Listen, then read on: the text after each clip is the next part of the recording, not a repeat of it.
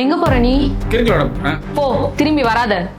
உனக்கு என்னடி பிரச்சனை? சண்டே ஒரு நாள் தான் நான் வீட்ல இருக்கேன். அப்ப கூட நான் நிம்மதியா இருக்க விட மாட்டேன்ல? நீ மட்டும் நல்லா ஜாலியா இருக்கணும். என்னை பத்தி கொஞ்சமாவது யோசிக்கிறியா நீ? உன்னை பத்தி என்னடி யோசிக்கிறது? நீ டெய்லி வேலைக்கு போயிட்டு வந்துட்டு இருக்க, வீட்டுல தானே சும்மா தானே இருக்க. நீ பாத்தியா நான் சும்மா இருக்கேன்னு?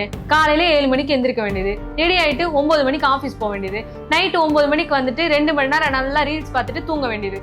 ஆபீஸ்ல ஒன்னும் சும்மா உட்காரலாமா? வேலை செய்யணும். சும்மா உட்காந்து வந்துருக்கேன் நினைச்சிட்டு இருக்கியா? ஆபீஸ்ல அப்படி என்ன ஒர்க் பண்ற சொல்லு? லஞ்ச் பிரேக்கு 1 மணி நேரம், காலையில 1/2 மணி நேரம், ஈவினிங் 1/2 மணி நேரம் டீ பிரேக்கு. இதுக்கு நடுவில் ஒரு 6 மணி நேரம் நீ ஒர்க் பண்ணுவியா? வீட்டுல உட்காந்து என்னத்தை கழிச்சிட்டு இருக்க? என்ன வேலைக்கு அமிச்சிட்டு நீ சும்மா தான் இருக்க எனக்கு தெரியும்டி. ஆமாடா, சும்மா தான் இருக்கேன். காலையில 5 மணிக்கு எந்திரிச்சு சமைச்சு கொடுத்துட்டு உன்னை ஆபீஸ் அனுப்பிட்டு வீட்டுல இருக்கிற எல்லா வேலையும் பார்த்துட்டு மார்க்கெட் போயிட்டு உனக்கு என்ன வேணும் வீட்டுக்கு என்ன வேணும்னு பார்த்து வாங்கிட்டு நைட்டு வந்து சமைச்சிட்டு 11 மணிக்கு நல்லா ஜாலியா வந்து தூங்குவேன்.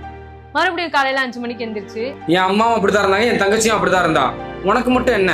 பொண்ணுங்கன்னா அப்படிதான் இருக்கணும். உன் அம்மா தங்கச்சி அப்படி இருக்காங்க, ஓகே. உண்மையாவே உங்களுக்கு பிடிச்சதான் அதை பண்றாங்களா? சந்தோஷமா தான் இருக்காங்களா?